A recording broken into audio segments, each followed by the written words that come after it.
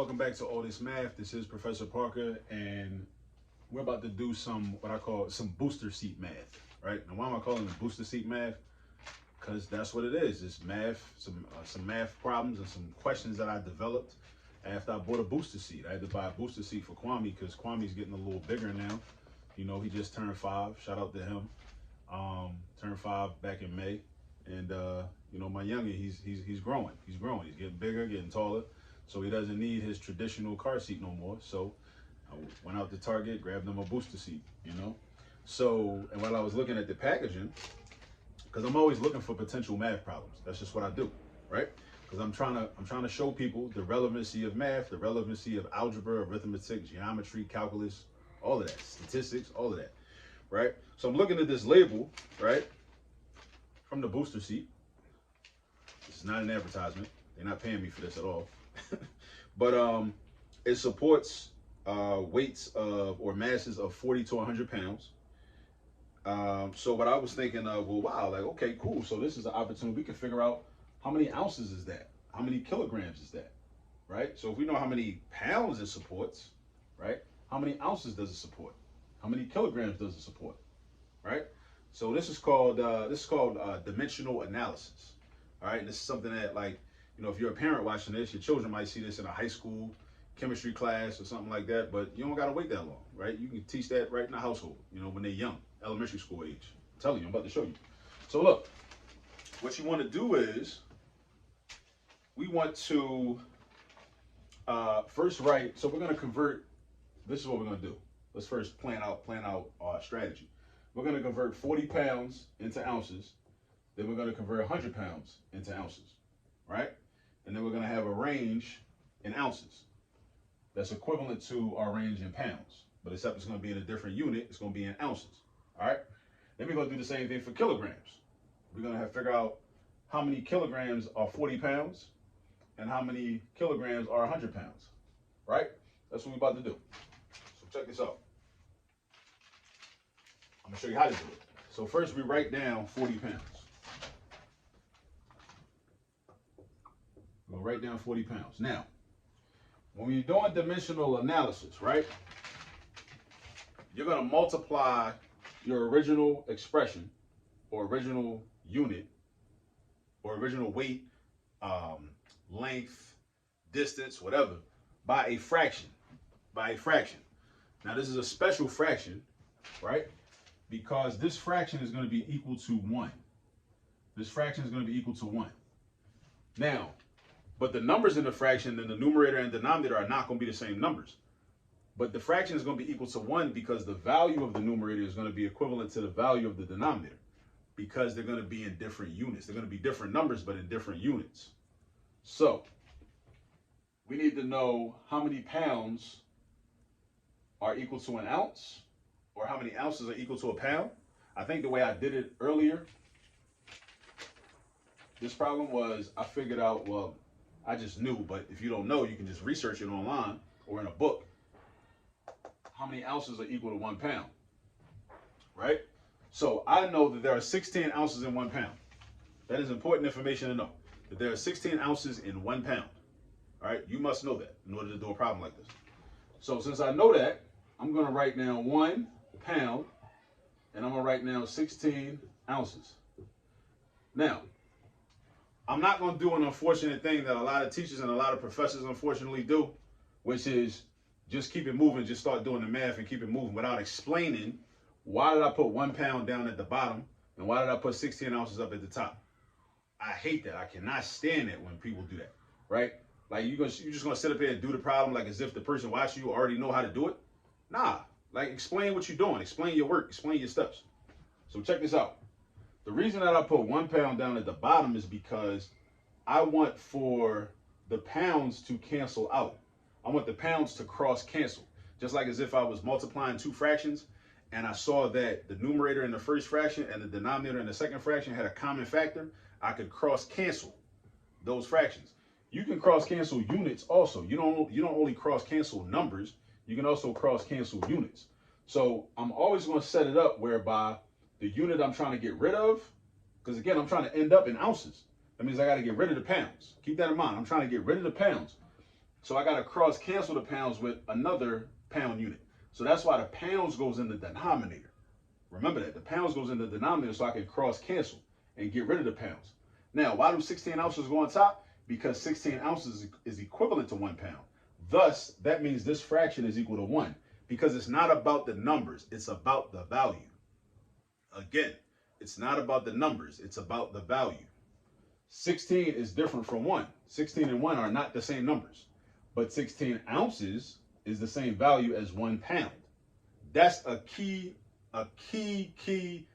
element in mathematics, a key element in science. When you're doing calculations, you have to understand that it's not always just about the numbers. It's about the value of the numbers. And 16 is not just 16, it's 16 ounces. And 1 is not just 1, it's 1 pound, right? So now, what do I do now? This is the fun part. The pounds cancel out. And I'm left with just 40 times 16 ounces divided by 1.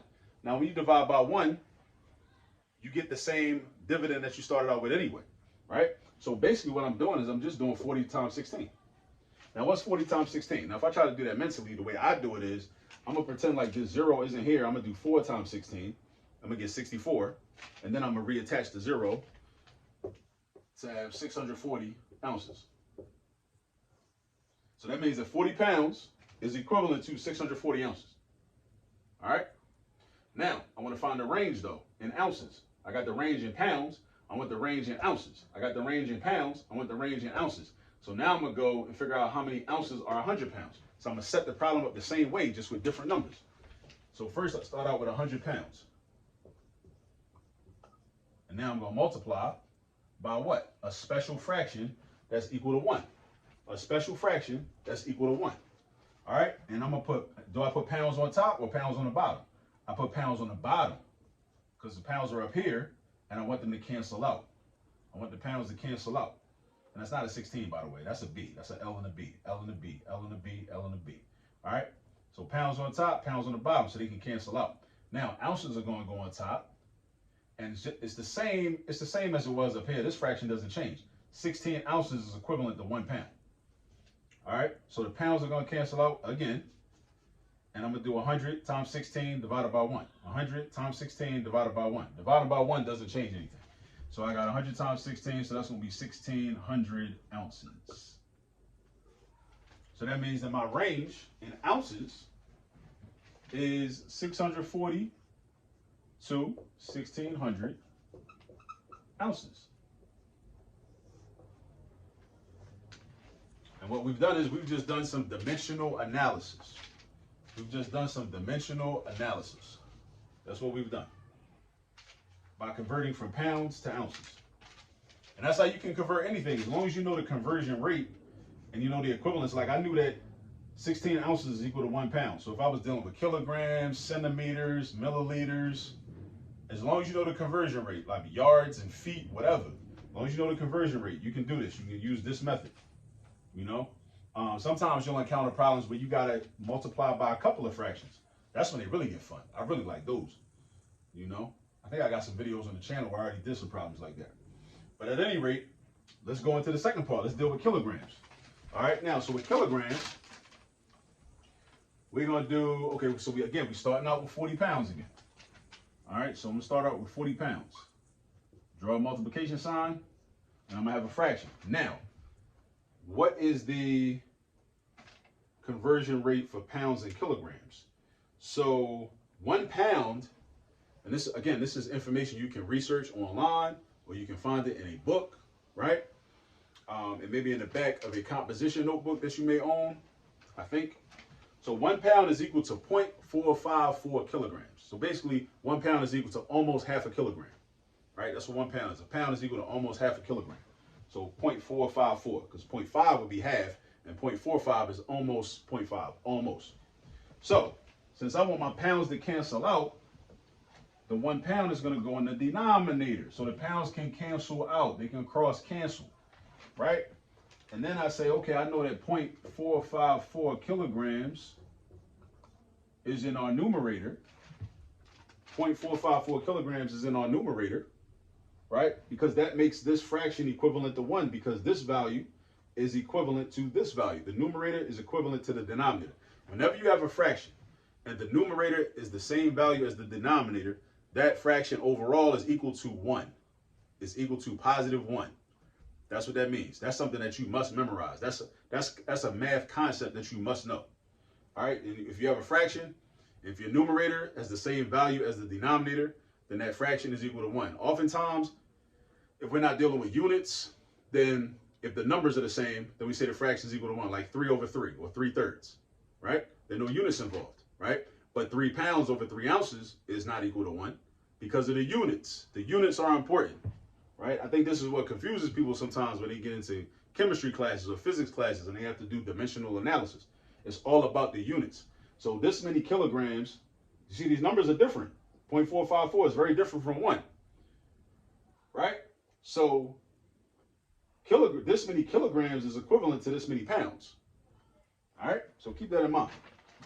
So the pounds are going to cancel out, right? So now we're going to multiply 40 times 0.454 divided by 1. 40 times 0.454 divided by 1. So that's going to give us 18.16 kilograms. Just throw that in your calculator. 18.16 kilograms.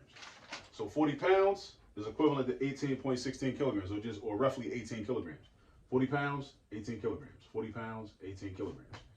All right, now let's find out the upper limit or the upper extremity in the range, 100 pounds. So now we write down 100 pounds. I was about to write an equal sign. I meant to put a multiplication sign. Put a fraction. Multiplication sign, fraction bar. All right, I'm putting one, I'm using the same fraction I used up here. This is my conversion fraction, I got 1 pound down there, and I got 0.454 kilograms up here. The pounds at the bottom and the pounds at the top, they cancel out. So I got 100 times 0.454 divided by 1. 100 times 0.454 divided by 1. 100 times 0.454 divided by 1, which equals 45.4 kilograms. 45.4 kilograms. And multiplying by 100 is easy. All you do is, like, really, you just move the decimal point 2 spaces to the right. See? 0.45, 0.454, 45.4. That's it. Slide them 2 spaces to the right.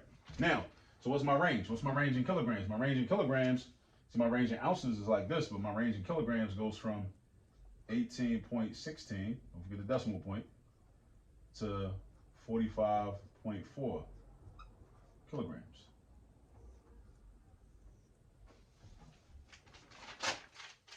Like I said, man, like I just be out here just like, you know, seeing, like, buying stuff and just thinking, like, looking at, examining labels and, you know, packaging and figuring out, like, random math problems to create, because I want for us all to see that math is all around us. And we got plenty of opportunities to practice math. If you're a parent watching this, if you're a grandparent watching this, if you're an uncle or aunt of somebody, and you're concerned about these young people in your lives that you care about, and them not doing that well in math, it's math problems all around you. All in your house, all in your car, all over the place. When you walk down the street, when you turn on the TV or your laptop, your smartphone, whatever, your Apple Watch, whatever. It's math problems all over the place. So that's all I'm doing. What I'm doing on this channel is showing you where those math problems are, giving you examples so that you can practice with your own children. I even wrote my book, How to Use All This Math Volume 1. It's all about examples that's all around you, everyday examples that you might not have noticed. But I notice it because I'm immersed in math. Like, I do this for real. And I do this every day. So I said, well, let me document some of these things and then give them to the people so that they can use them and then help prepare their children for math class. Because we got to stop sending our children into math class unprepared. There are some prerequisite skills that your children need in order to be successful in math. And there are also some learning gaps that a lot of our children have that they shouldn't have. Now, whatever happened before that caused them to have them, we can't do nothing about that. We can't go back in time, but we can correct the problem now. So that's why I'm trying to provide these resources so that you all can correct the problem. You know what I'm saying? Because we can't keep sending our children into math class unprepared. We can't. That's not how math teaching works. You know, you can't really learn algebra if you're not strong in arithmetic. So, and it don't matter how good of a teacher you are. Like I'm gonna just straight tell you straight like that. It ain't like, oh well, if my child didn't learn, it's because this person's not a good teacher. Granted, there are a lot of bad teachers out there, but sometimes it's because some of our children have so many significant learning gaps, skills that they didn't master or they didn't become proficient at, that are holding them back from being able to learn the new material. Because that's how math is. Math is so cumulative. It's one of the most cumulative subjects there is. All right. So I say all that to say, I just be coming up with random math problems where you at least expect to see a math problem. So yeah, so that's what you're gonna get on this channel. Make sure you subscribe to the channel. Subscribe, like, share, comment, and tell people about it. All right. I'll see you on the next video. Peace.